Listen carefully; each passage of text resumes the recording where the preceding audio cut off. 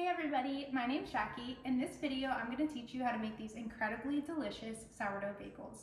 They're a lot easier to make than you would think. They have a nice soft and chewy inside and a perfectly crunchy exterior. After making these, you will never buy store-made bagels again.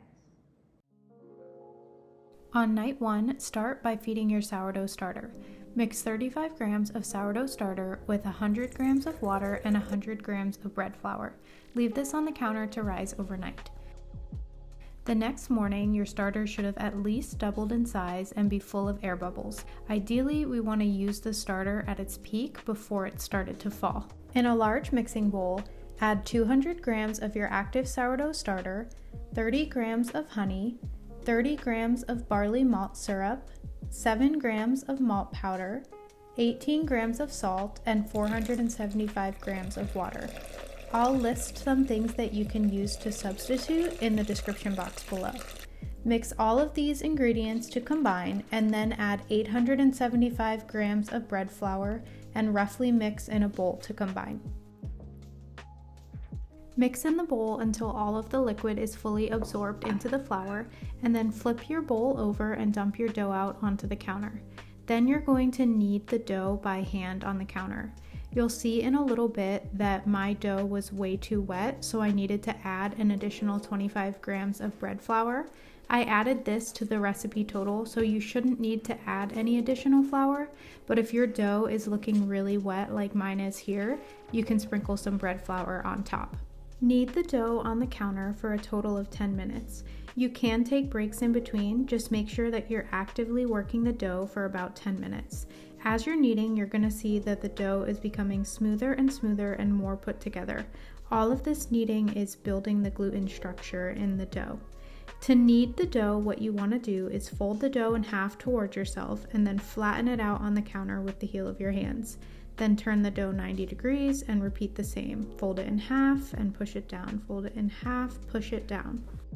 Once you've kneaded the dough for a total of 10 minutes, pick your dough up and place it smooth side up in a lightly oiled bowl and cover it with a damp towel. You're going to rest the dough for an hour and a half. After resting for an hour and a half, flip your dough out of the bowl and we're going to give it one set of folds.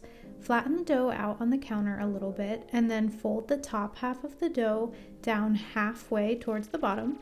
Then fold the bottom half of the dough up towards the top, and then you're going to do the same thing on the sides of the dough. Then flip your dough over and help to shape it back into a ball and place it again smooth side up into your bowl and cover with a damp towel, and we're going to rest again for another hour and a half. After resting the dough again, you now have two options. Shape the bagels now and refrigerate them overnight, or refrigerate the dough in its bowl overnight and shape the bagels the following morning. If you chose to shape the bagels now, flip your dough out of its bowl and onto a counter.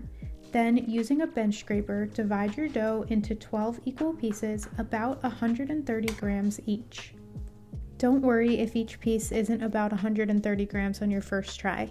You can add or take away small pieces of dough as needed. There are two ways that I know how to shape bagels. For the first one, grab a piece of your dough and flatten it out roughly into the shape of a rectangle on the counter, about 2 inches high by 4 inches wide. Fold the top of the dough about halfway down and then repeat, folding it on top of itself. Then you're going to use both hands to roll the dough against the counter to lengthen it. We're looking to get the dough piece about 10 inches long. Start from the center and work your way out. Once you have it 10 inches long, you're going to wrap the piece of dough around your hand, seal the seam, and then roll that seam on the counter to fully seal it. The hole in the center of your bagel should be much larger than how you want it to end up. As the bagels prove as well as boil and bake, the hole will get smaller and smaller. For the second method of shaping bagels, take your piece of dough and flatten it out on the counter. Then you're going to take the sides of the dough and fold them into the center. We're trying to form the dough into the shape of a ball. Once you have all of the sides tucked into the center, flip the little dough ball over and using your hand in the shape of a C, roll the dough on the counter in a circular motion. We're doing this to seal the bottom of the dough. Once you have the bottom of the dough sealed, pick up your dough ball and using a finger, poke a hole through the center of the dough all the way through. Then you're going to roll the dough by the hole that you made around your pointer fingers to increase the size of the hole. If you want to add ingredients inside of your bagels, you can do this during shaping. Flatten out your dough piece on the counter like we've done before, and then add the inclusions inside. I added an extra fold, so rather than just folding the top down, I folded the sides in and then folded the top down so that I could add inclusions in multiple layers.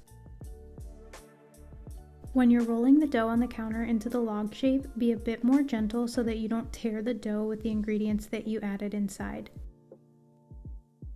After adding your inclusions, the rest of the bagel shaping process is just like I showed you previously. You can add any kind of ingredients that you like. You saw I added mini chocolate chips. I also did some with Asiago cheese and some with jalapeno and cheddar cheese. Place your formed bagels onto a baking sheet that's been thoroughly covered in cornmeal. Then spray the top of your bagels with a little bit of cooking spray and cover the entire tray in plastic wrap and refrigerate it overnight. The next morning, take your formed bagels or your bagel dough out of the fridge. If your bagels are formed, let the tray sit on the counter for about 1 hour. If you haven't formed your bagels yet, dump the dough out onto the counter and shape the bagels how I previously showed you. After you've shaped your bagels, let them sit on the counter for 1 to 2 hours until they're puffed up slightly. You will know your bagels are ready to boil and bake when they can pass a float test. To do this, fill a large bowl with cold water and place a bagel inside.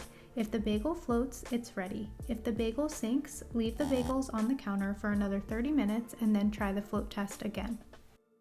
While your bagels are resting on the counter, preheat your oven to 450 degrees and set a large pot with water onto the stove to boil. To the water in the pot, add 1 tablespoon of baking soda and 1 tablespoon of barley malt syrup. Line a baking sheet with parchment paper and lightly oil it. Set out any toppings that you want to dip your bagels in onto plates. Place a few bagels at a time into your boiling water and boil for 20 to 30 seconds, and then flip the bagels and boil again for 20 to 30 seconds on the other side. The longer that you boil the bagels, the more chewy they will be. Remove the bagels from the boiling water with a slotted spoon or mesh strainer and dip them immediately into any toppings if desired. Then place them onto the prepared baking sheet. If you want to add anything else on top of your bagels, such as cheese, do that now as well. Place the bagels into the oven and bake at 450 degrees for about 20 minutes. Remove the bagels from the oven when they're golden brown. Now finally, let's take a look inside.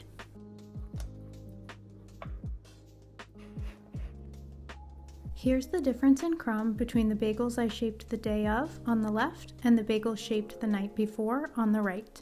Here I'm showing you the difference in bagels shaped with each technique. The top row are shaped with the log method and the bottom are shaped with the finger poke method. In my opinion, you can't go wrong no matter how or when you choose to shape your bagels. I mean, look at these bagels, right? The full recipe, substitutions, and links for products I use are in the description box below. Please comment if you have any questions. Thanks so much for watching.